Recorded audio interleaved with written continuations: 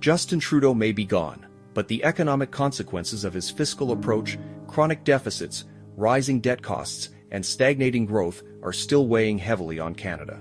Before becoming Prime Minister, Justin Trudeau famously said, "The budget will balance itself." He argued that if expenditures stayed the same, economic growth would drive higher tax revenues and eventually outpace spending. Voila, balance. But while the theory may have been sound, Trudeau had no real intention of pursuing a balanced budget.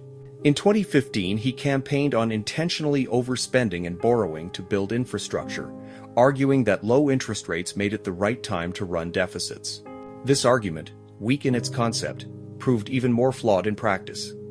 Post-pandemic deficits have been horrendous, far exceeding the modest overspending initially promised.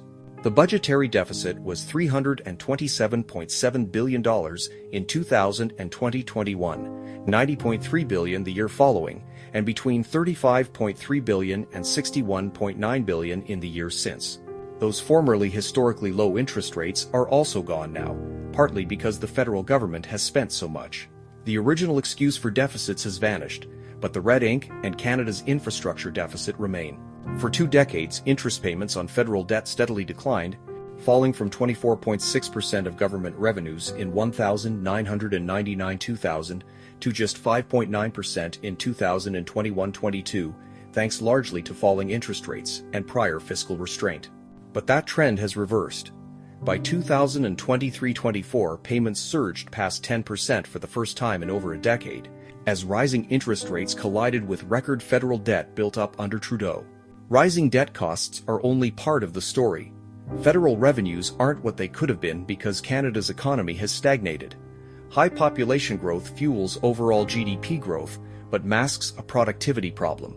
From 2014 to 2022, Canada had near worst per capita real GDP growth among 30 countries in the Organization for Economic Cooperation and Development, OECD.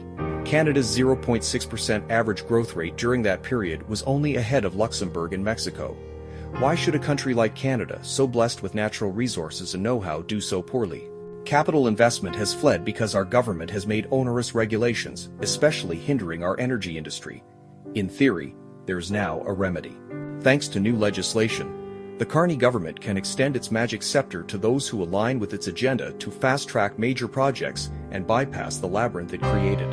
But unless you're on side, the red tape still strangles you. But as the private sector withers under red tape, Ottawa's civil service keeps ballooning. Some trimming has begun, rattling public sector unions. Still, Canada will be left with at least 5 times as many federal tax employees per capita as the US. Canada also needs to ease its hell-bent pursuit of net zero carbon emissions.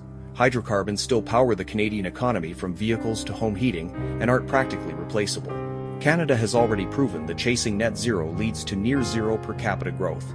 Despite high immigration, the OECD projects Canada to have the lowest overall GDP growth between 2030 and 2060. The November 4 release of the federal budget is better late than never. So would be a plan to grow the economy, slash red tape, and eliminate the deficit, but we're unlikely to get one.